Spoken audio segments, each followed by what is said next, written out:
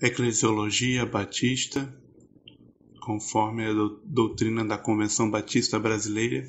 Lição 5. Relacionamento entre igrejas e cristãos. Tema: cooperação e comunhão. Divisa: as igrejas tinham paz e eram edificadas e se multiplicavam, andando no temor do Senhor e consolação do Espírito Santo. Atos 9:31. Nesta figura, nós vemos como era a cidade do Rio de Janeiro ao tempo de Daniel Kidder. E Daniel Kidder foi um missionário metodista norte-americano que trabalhou na distribuição de Bíblias no Brasil a partir do ano de 1837. Ele relatou: a circulação das Sagradas Escrituras em português, que é a língua do país, constituía a nossa missão precípua. Na sede de nossa missão, muitos livros foram distribuídos gratuitamente e em diversas ocasiões deu-se o que se poderia chamar verdadeira corrida de pretendentes ao livro sagrado. Uma delas teve lugar logo após nossa chegada. Tendo-se espalhado a notícia de que havíamos recebido bom suprimento desses livros, nossa casa ficou logo literalmente cheia de pessoas de todas as idades e condições, desde os velhos de cabelos brancos até os meninos travessos, do fidalgo ao pobre escravo. A maior parte das crianças e dos cativos vinha na qualidade de mensageiros, trazendo recados dos seus pais aos senhores. Esses bilhetes eram invariavelmente redigidos em linguagem reverente e, não raro, suplicante. Alguns eram de viúvas pobres porque não dispunham de recursos com que comprar livros para seus filhos e queriam os testamentos para as crianças lerem na escola. Com alegria e emoção fomos cedendo os preciosos livros como melhor nos pareceu. Todos os que nos foram procurar expressaram-se com toda a reverência e ouviram com profunda atenção o que lhes dissemos com respeito a Cristo e à Bíblia. Entre os que nos foram pedir Bíblias, encontravam-se diversos sacerdotes. Um padre bastante idoso, que nos foi procurar pessoalmente e a quem por especial deferência demos exemplares em português, francês e inglês, disse-nos ao sair: isto nunca se fez no Brasil. Este relato exemplifica um tipo de trabalho em que cristãos podem colaborar entre si, independente das diferenças denominacionais, o da distribuição e propagação das Escrituras. Nessa lição veremos os princípios da devida cooperação entre igrejas e cristãos. O que é a cooperação e comunhão entre igrejas e cristãos?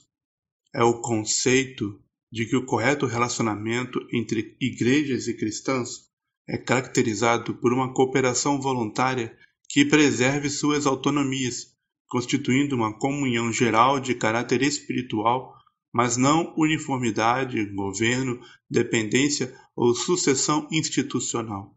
Nos seguintes termos: a autonomia da Igreja tem como fundamento o fato de que Cristo está sempre presente e é a cabeça da congregação do seu povo. A Igreja, portanto, não pode sujeitar-se à autoridade de qualquer outra entidade religiosa. Princípios Batistas, artigo 4.4. Não havendo nenhum poder que possa constranger a igreja local, a não ser a vontade de Deus manifestada através de seu Santo Espírito, os batistas, baseados nesse princípio da cooperação voluntária das igrejas, realizam uma obra geral de missões, de evangelização, de educação teológica, religiosa e secular, de ação social e de beneficência. Para a execução desses fins, organizam associações regionais e convenções estaduais e nacionais, não tendo estas, no entanto, autoridade sobre as igrejas, devendo suas resoluções ser entendidas como sugestões ou apelos. A designação batista surgiu no século XVII, mas aqueles discípulos de Jesus Cristo estavam espiritualmente ligados a todos os que, através dos séculos, procuraram permanecer fiéis aos ensinamentos das Escrituras. Os batistas se têm notabilizado pela defesa destes princípios, a autenticidade e apostolicidade das igrejas. A unidade da reunião universal dos remidos é de natureza espiritual e se expressa pelo amor fraternal, pela harmonia e cooperação voluntária na realização dos propósitos comuns do Reino de Deus. Declaração Doutrinária da CBB, Introdução e artigo 8. Quais são as bases bíblicas desse conceito? A cooperação entre as igrejas do Novo Testamento é voluntária, porque cada uma delas é autônoma, soberana e autorreprodutiva. Na igreja que estava em Antioquia, servindo eles ao Senhor e jejuando, disse o Espírito Santo: Apartai-me a Barnabé e a Saulo para a obra a que os tenho chamado. Então, jejuando e orando, e pondo sobre eles as mãos, os despediram. E tendo anunciado o Evangelho naquela cidade, e feito muitos discípulos, e havendo-lhes por comum consentimento eleito anciãos em cada igreja, orando com jejuns, os encomendaram ao Senhor em quem haviam crido. E daí navegaram para Antioquia, de onde tinham sido encomendados a graça de Deus para a obra que já haviam cumprido. E quando chegaram e reuniram a igreja, relataram quão grandes coisas Deus fizera por eles, e como abrira aos gentios a porta da fé. Atos 13, do versículo 1 ao 3, e 14, do versículo 21 ao 27. Nesse trecho do livro de Atos é narrada a origem daquela que ficou conhecida como a primeira viagem missionária de Paulo, acompanhada por Barnabé. A igreja de Antioquia tem uma convicção de que Deus está chamando 2 de seus líderes para a obra missionária. Essa igreja os envia a pregar o evangelho em diversas cidades nas regiões de Chipre e da Pisídia, o que eles fazem, tendo como resultado a conversão de um certo número de discípulos em cada cidade e, consequentemente, a fundação de novas igrejas nesses lugares. E tendo feito isso, os missionários já elegem novos pastores em cada uma das novas igrejas e retornam à igreja de Antioquia. Reparamos assim como Antioquia foi soberana e autônoma em tomar a decisão de enviar missionários por si própria, sem consultar ou receber ordem da Igreja dos Apóstolos em Jerusalém ou de qualquer outra autoridade humana externa a ela. O chamado missionário foi discernido diretamente por meio da relação daquela igreja local com Deus. Também Antioquia foi autorreprodutiva, na medida em que o resultado dessa viagem missionária foram diversas novas igrejas em cada uma das cidades, pelas quais a dupla de missionários passou pregando o Evangelho. E tais missionários não deixaram as novas igrejas dependentes deles ou da igreja-mãe, mas imediatamente estabelecem em cada igreja uma nova liderança para conduzi-la da mesma forma, gerando um ciclo multiplicativo de igrejas. Tal ciclo aparece também em Atos 9:31. As igrejas em toda a Judéia e Galiléia e Samaria tinham paz e eram edificadas e se multiplicavam. Reparemos que o texto fala de igrejas se multiplicando como resultado do seu ministério. Mais do que gerar apenas conversões de indivíduos, os alvos e frutos dos trabalhos de uma igreja local também incluem as novas igrejas locais fundadas por ela. Portanto, cada uma das igrejas locais de Cristo pode e deve enviar missionários e, por meio deles, gerar novas igrejas, como as referidas nestes textos citados estavam fazendo. A cooperação entre igrejas e cristãos deve ser não hierárquica, porque cada membro de uma igreja do Novo Testamento já participa do seu autogoverno.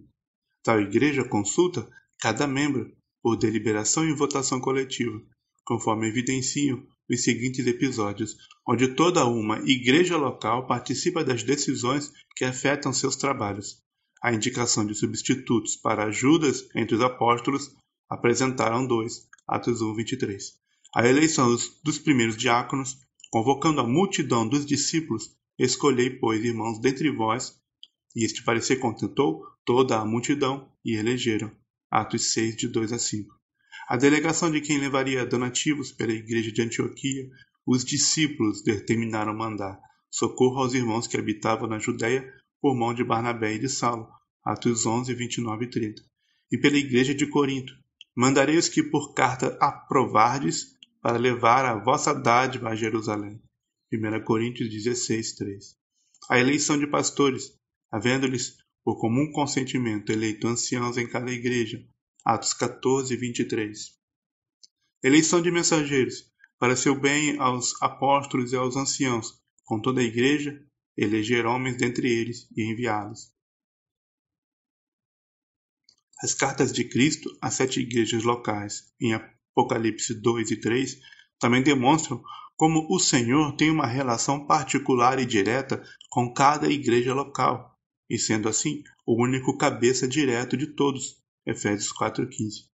E uma vez que cada cristão possui o Espírito Santo e tem uma relação direta com Cristo, as opiniões de cada um são sempre relevantes no discernimento coletivo dos caminhos de obediência da igreja local à vontade de Deus. Esta ausência de domínio de um cristão sobre o outro dentro de uma igreja local, então, implicará na mesma ausência de domínio da relação de uma igreja com outras igrejas e instituições. O fundamento apostólico das igrejas não é estabelecido por sucessão ou hierarquia em termos de instituição e governo, mas pela perseverança na doutrina dos apóstolos. Lemos na segunda carta de Paulo a Timóteo: o que de mim, entre muitas testemunhas ouviste, confia-o a homens fiéis, que sejam idôneos para também ensinarem os outros. 2 Timóteo 2:2. Reparemos como tal doutrina apostólica não prevê complemento ou acréscimo, pois Paulo passou a doutrina a Timóteo e Timóteo vai passar a mesma doutrina aos futuros pregadores que ele irá treinar. A partir da segunda geração, Timóteo, e terceira geração, os novos líderes treinados por Timóteo, nenhuma nova revelação está prevista. Tais revelações do Novo Testamento, dadas diretamente por apóstolos e profetas, Efésios 3:5, pertencem à primeira geração das igrejas de Cristo. Enquanto os apóstolos estavam vivos, poderiam ser consultados diretamente, como no episódio do Concílio de Jerusalém, Atos 15. Mas pela providência de Deus, toda a igreja, desde o primeiro século até a volta de Cristo, sempre pôde e sempre poderá também ir aos apóstolos, Atos 15:2, bastando que ela, em seu tempo, siga a Escritura Sagrada, a qual é o registro da doutrina dos apóstolos nos livros do Novo Testamento. É dessa forma, ainda hoje, que continuamos a perseverar na doutrina dos apóstolos, Atos 2:42. É isso que Pedro desejava para seus ouvintes, mas também eu procurarei, em toda ocasião, que depois da minha morte tenhais lembrança destas coisas, 2 Pedro 1:15. Muitos sugerem que ele está se referindo à composição do Evangelho escrito por Marcos, 1 Pedro 5:13, a partir das memórias dele. Portanto, aprendais a não ir além do que está escrito, não vos ensoberbecendo a favor de um contra o outro, 1 Coríntios 4:6. Confira também em 2 Timóteo 3:14 e Judas 1:3. E se alguém falar, fale segundo as palavras de Deus, 1 Pedro 4:11. A diversidade de comunidades cristãs independentes entre si, mas ainda assim submissas a Cristo, é demonstrável no Novo Testamento. E respondendo João disse: Mestre, vimos um que em teu nome expulsava os demônios, e lhe o proibimos, porque não te segue conosco. E Jesus lhe disse: Não o proibais, porque quem não é contra nós, é por nós. Lucas 9, 49 e 50. Os discípulos achavam que sua comunidade itinerante era a única válida e certa. Além disso, sendo eles os discípulos mais próximos a Jesus, quem, senão eles, teriam autoridade sobre o exercício da fé alheia? Mas o Senhor lhes surpreende dizendo que não deviam repreender aquele discípulo independente pelo fato dele não seguir junto a eles.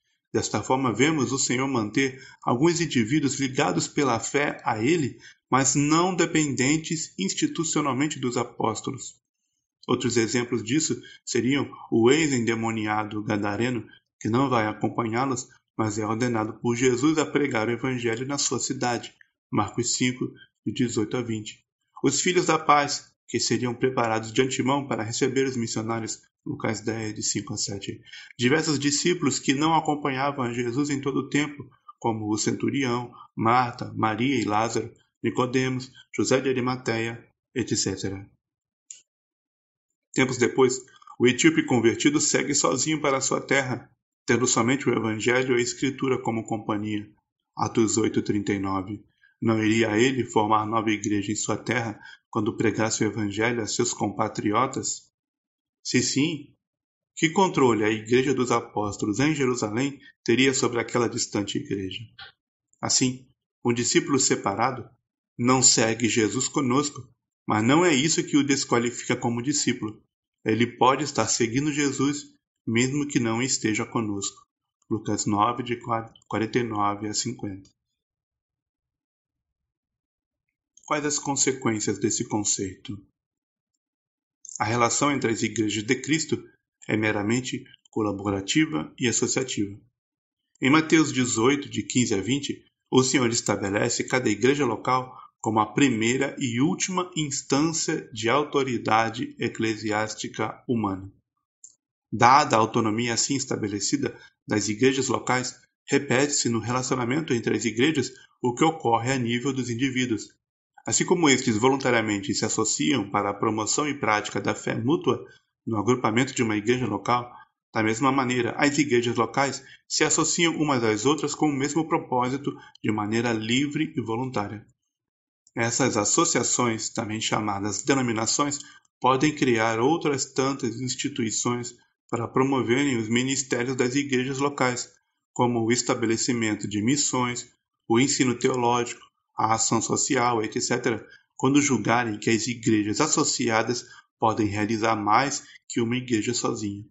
Entretanto, jamais as associações de igrejas ou as instituições que elas criam poderão ter autoridade sobre as igrejas locais, pois elas continuam governando a si mesmas em todos os assuntos e continuam livres para se desvincular ou vincular a qualquer instituição que desejarem, tal como os indivíduos são livres para se desligarem ou se ligarem a uma igreja local em busca de uma melhor identificação. Da mesma forma, cada igreja é livre para associar-se às outras igrejas com as quais se identificar. A comunhão e reconhecimento geral entre igrejas e cristãos não exige uniformidade total, mas identificação em alguns assuntos específicos que devem ser discernidos. O assunto da diferença pode ser essencial, periférico ou livre, com diferentes consequências para o nível de cooperação entre igrejas e cristãos, conforme a sugestão abaixo, onde o reconhecimento se refere a entender que o outro, a princípio, é também um cristão legítimo, e comunhão se refere a uma eventual reunião em cultos e ministérios. Questões essenciais, nas quais a diferença dificultará o reconhecimento e comunhão entre igrejas e cristãos, tais como nas crenças sobre a Escritura como única autoridade infalível, Cristo como único mediador entre Deus e homens, salvação unicamente pela graça mediante a fé, diversidade de costumes que afete a moral bíblica e semelhante. É desaconselhada a associação entre igrejas e cristãos com diferenças neste nível. Destes afasta-te, 2 Timóteo 3:5, confira também 2 João 1, de 9 a 11.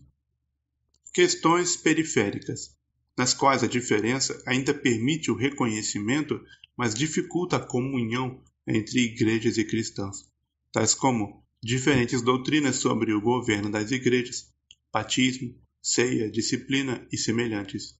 Igrejas com diferenças até este nível podem se associar em obras de interesse geral do reino de Deus, como mutirões de evangelismo, distribuição de Bíblias, beneficência, ação social, etc., em que um esforço conjunto seja salutar ou necessário. Quem não é contra nós, é por nós. Lucas 9:50. Questões livres, nas quais a diferença é irrelevante, permitindo o reconhecimento e comunhão plena entre igrejas e cristãos, tais como nos estilos de culto e liturgia, organização e cargos, diversidade de costumes que não afete a moral bíblica e semelhantes. Pelo fato de terem um consenso doutrinário significativo, igrejas com diferenças até este nível podem também se associar em convenções e denominações, e assim realizar uma ampla colaboração em todas as áreas, incluindo apoiando a transferência de membros entre si. Recebei-vos uns aos outros, como também Cristo nos recebeu. Que outras questões podem ser levantadas para aprofundamento deste tema? Classifique, além do exposto nesta lição, mais alguns exemplos de questões essenciais, periféricas e livres. e as consequências da diferença nelas para a possibilidade de reconhecimento e comunhão entre igrejas e cristãos. O sistema de várias igrejas filiais a uma matriz é coerente com a doutrina batista? Um pastor de uma igreja-mãe que está fundando novas igrejas tem responsabilidade permanente sobre essas novas igrejas ou somente enquanto elas são congregações em formação? Qual dessas opções administrativas é mais coerente com a doutrina batista sobre a formação de novas congregações? A nova congregação ser liderada, gerida e suprida pela igreja-mãe em todos os aspectos, ou B, desde o início a nova congregação se auto-administrar com autonomia, sendo gerida por membros da igreja-mãe consagrados e enviados para isso. Conforme o preâmbulo da declaração doutrinária da CBB, nenhuma associação tem autoridade sobre a igreja local, mas todas as suas resoluções são apenas sugestões e apelos. Que consequências esse fato tem sobre a relação entre as igrejas batistas e a convenção?